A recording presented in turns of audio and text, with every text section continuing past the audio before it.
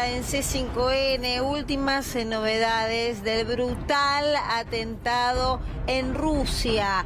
Gabriel Michi tiene toda la información. Gabriel, súmate a la mañana. ¿Qué tal? Buen día. Sí, bueno, seguimos con atención lo que está pasando en Rusia. Lo que están viendo en estos momentos es el traslado de los 4 detenidos a los que se acusa de ser los autores materiales de esta matanza que dejó 137 muertos y 180 heridos en este complejo donde había un auditorio, donde iba a tocar una banda de rock. Y bueno, lo que se sabe hasta el momento de estos 4 detenidos es que 3 de ellos admitieron su culpabilidad en el ataque. Son ciudadanos de Tayikistán, es una ex república soviética de unos 8 millones de habitantes. Y recordemos que después de ocurridos los ataques hubo una comunicación de una rama del ISIS, el ISIS-K, el ISIS del Khorasan, así se llama en realidad, que se adjudicó este ataque.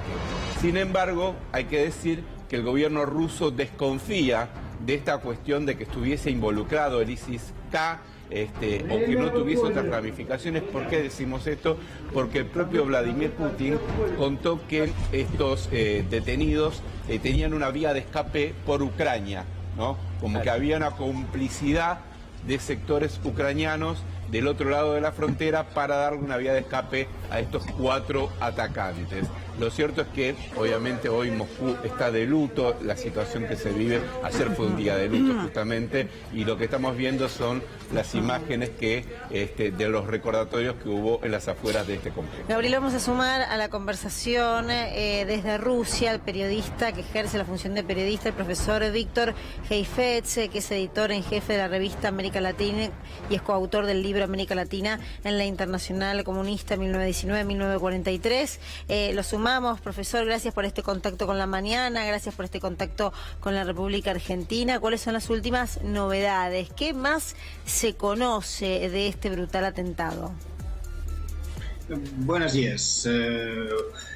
Pues se conoce que el número de los muertos todavía no es una cifra terminada. Está confirmado, como había dicho su colega, sobre 133 muertos, que todavía puede ascender esta cifra. Hay más o menos 60-65 muertos identificados, algunos todavía están en proceso de identificación. Este lugar, que es Moscú, no es exactamente el centro de Moscú, está a 24 kilómetros del centro, más o menos en la frontera entre Moscú y la provincia de Moscú. Por el segundo anillo periférico, eso explica por qué lograron escapar de ahí los autores materiales del atentado, que estaban muy cerca de la salida de la ciudad. O sea, estaba bien calculado todo, incluso el tiempo para salir. Sí se sabe que son los 4 los ciudadanos de Tayikistán, por lo menos los pasaportes eran de allá, y hablan entre sí en una de las variedades del idioma tayiki. También lo que sí puede enseñar su posible enlace con el Estado Islámico es una de las versiones, así era una de las 2 versiones que se especulaban aquí, Estado Islámico Khorasan, la sucursal de Afganistán. Y el otro hecho es que sí fueron detenidos más o menos a 100 kilómetros de la frontera con Ucrania, lo que puede también llevar el enlace a otra parte. El gobierno oficialmente no dio ninguna versión todavía. El presidente ruso sí había dicho en su discurso que en Ucrania les estaban preparando en la frontera una ventana, entre comillas, para salir. Sin embargo, evitó decir claramente que fue Ucrania que había organizado el atentado. Todavía no hay ninguna versión oficial y no sé si aparecería pronto. Apenas hoy se sabe que el juez dio permiso para que los 4 autores materiales de atentado estén durante la investigación en la cárcel y no podrán salir a la libertad bajo fianza. Víctor, le pregunto, porque bueno, sabemos que el ISIS-K, el ISIS del Khorasan, fue el que se adjudicó este ataque y que estas 4 personas eran ciudadanos de Tayikistán. Bueno, la pregunta es, ¿hay ¿Han encontrado algún vínculo concreto con Ucrania? Digo, porque no parece haber muchos puentes entre el ISIS-K y Ucrania, ¿no?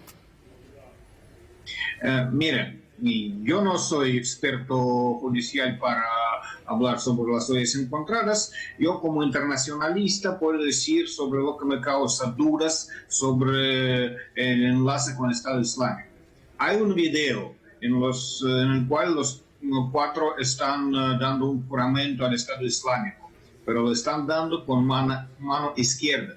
Eso es muy raro para un musulmán que hace el juramento con otra mano.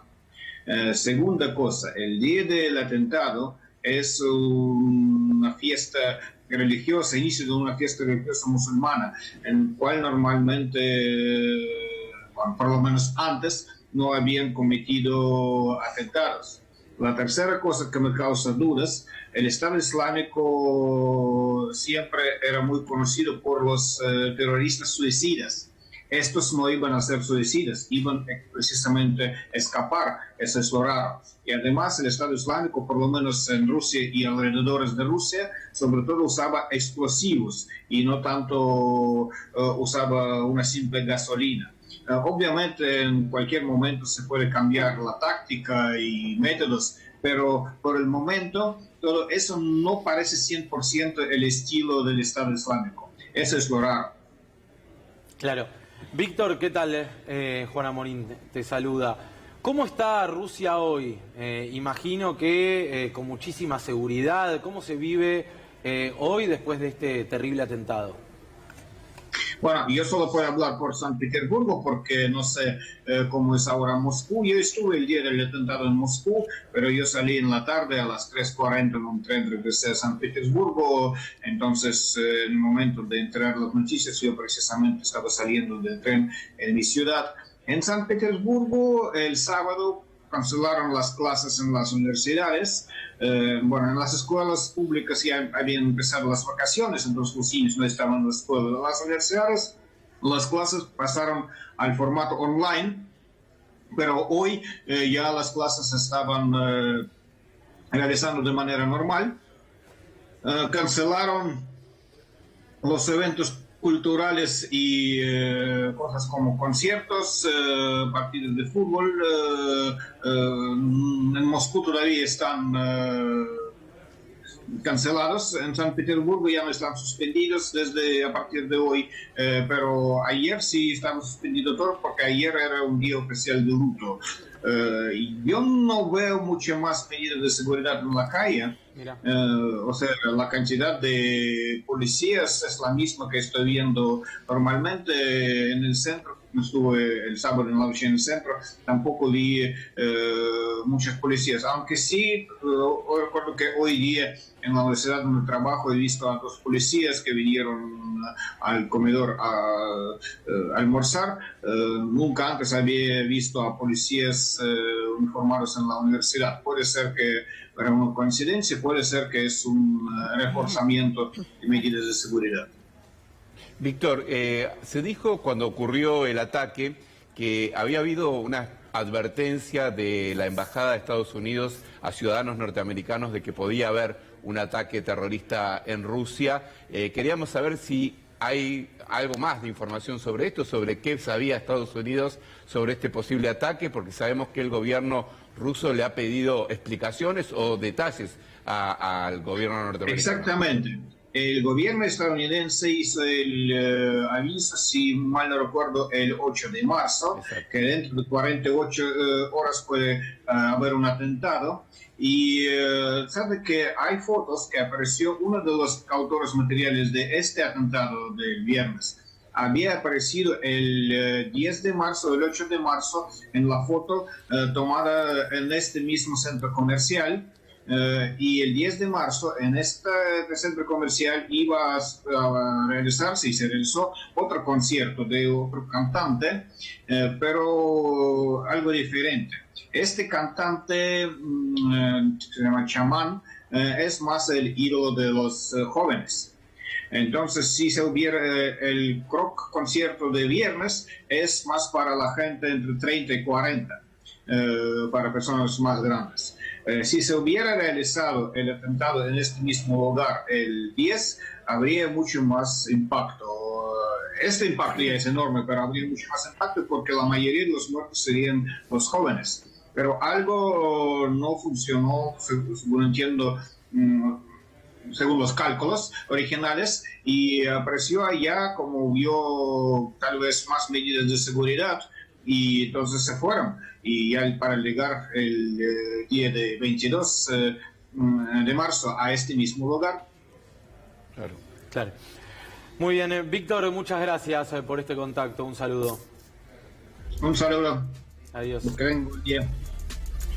Gabriel Michi, repasamos qué es el ISIS-K, el grupo terrorista que se adjudicó el atentado. Sí, cómo no. El ISIS-K es una ramificación justamente del ISIS original. El ISIS original se crea en el año 2014. Recordemos, buscaba crear un califato, el ISIS original estamos hablando, entre Irak y Siria. Y ahí vemos las especificaciones del ISIS-K. El ISIS-K surge un año después, en 2015, en el Khorasan, en una región que está entre Afganistán, Irán y Turkmenistán. Por eso se la llama ISIS-K, ¿no? Justamente por pertenecer a la región del Khorasan. Hay que decir que su principal foco de combate hoy por hoy es contra los talibanes afganos.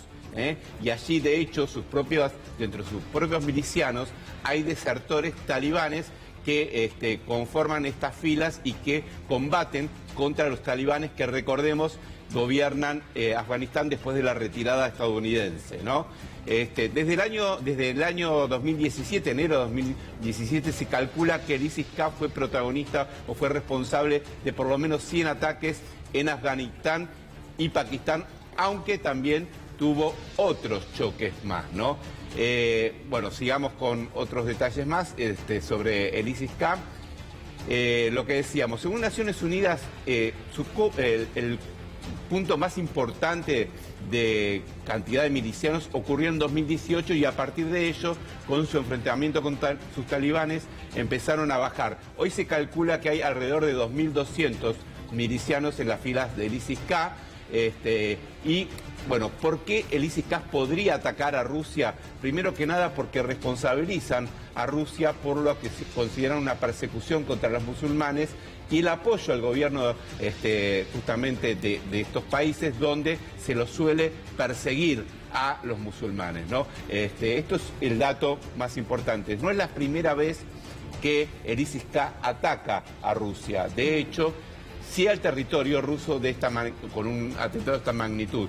Pero, por ejemplo, en el año 2015, cuando recién surgía el ISIS-K, hubo un atentado contra un avión que salió de Egipto, que era de una compañía rusa, y los autores de ese atentado, donde murieron 217 personas, fue el ISIS-K. Pero bueno, es una rama del ISIS que opera sobre todo en la zona de Afganistán, que está chocando, enfrentándose con particularmente los talibanes, pero también tiene a sus enemigos en Occidente, y bueno, y a Rusia la está atacando básicamente porque la considera como socia de algunos regímenes en algunos países de la ex Unión Soviética que oprimen a los musulmanes. Vamos a seguir, por supuesto, porque habrá novedades seguramente en las próximas horas, principalmente a partir de las 4 detenciones. Gracias, Gaby. De nada.